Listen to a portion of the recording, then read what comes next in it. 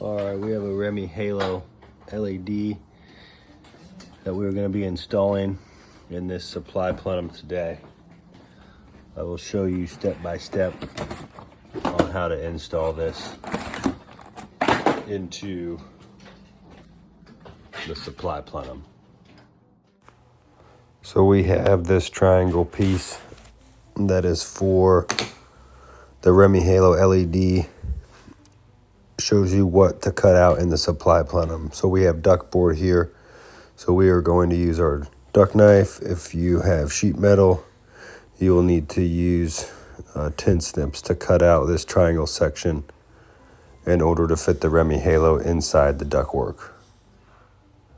Once you have that cut out, you can remove the piece of paper, and that is a double-sided sticky tape, and you will insert the REME Halo onto that.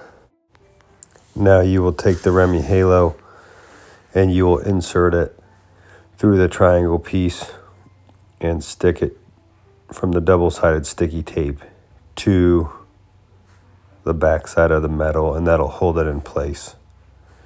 They also do send a piece of silver tape that's supposed to go around that metal piece to attach to the supply plenum, but you can also use silver tape and just tape it to the supply plenum as well.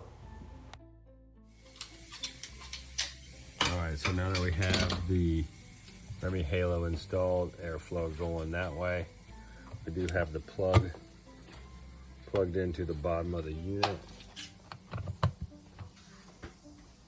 running into the cabinet. Here's your extra wire. It does run into this transformer box, and it does tell us what this transformer is for.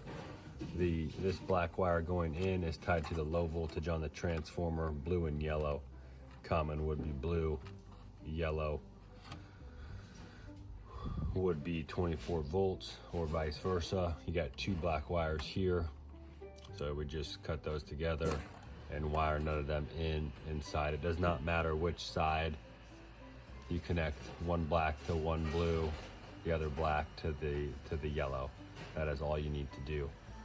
And then on our transformer itself, on the input side, as far as power goes, we have a transformer that the black wire is common, which is right here, and I had to extend it to get it to the power side, L2. So that's that. The orange is the other side. So in this case, with the REME Halo LED, you have to add a transformer. So we have our L1 high volt going to, if you're looking at it, it would be the top left of the transformer, which would be port number 2. The orange that's coming from the transformer, the 240 line, is on the other side of the relay. A lot of people break common on the bottom side, the bottom right. The number on that one would be 3, and this green wire would be number 1. A lot of people like to break the green and use cooling instead, which would be yellow, but in my situation, I like to always have the LED light turn on when the fan is running. So I always break it with green.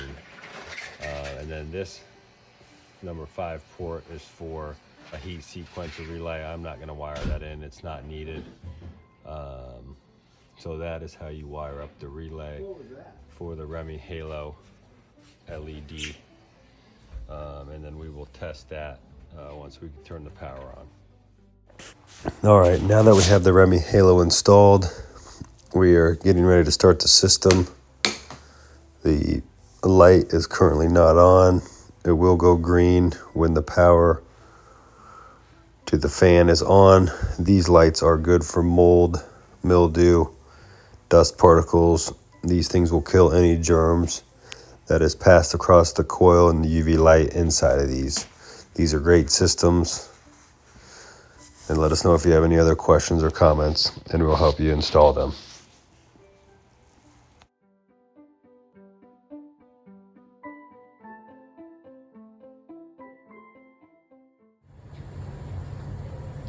right, system is on and running, just kicked on. And now you can see that the green light is on for the REME Halo LED, which means the LED is on inside the plenum. And that's a wrap on how to install a Halo LED by RGF.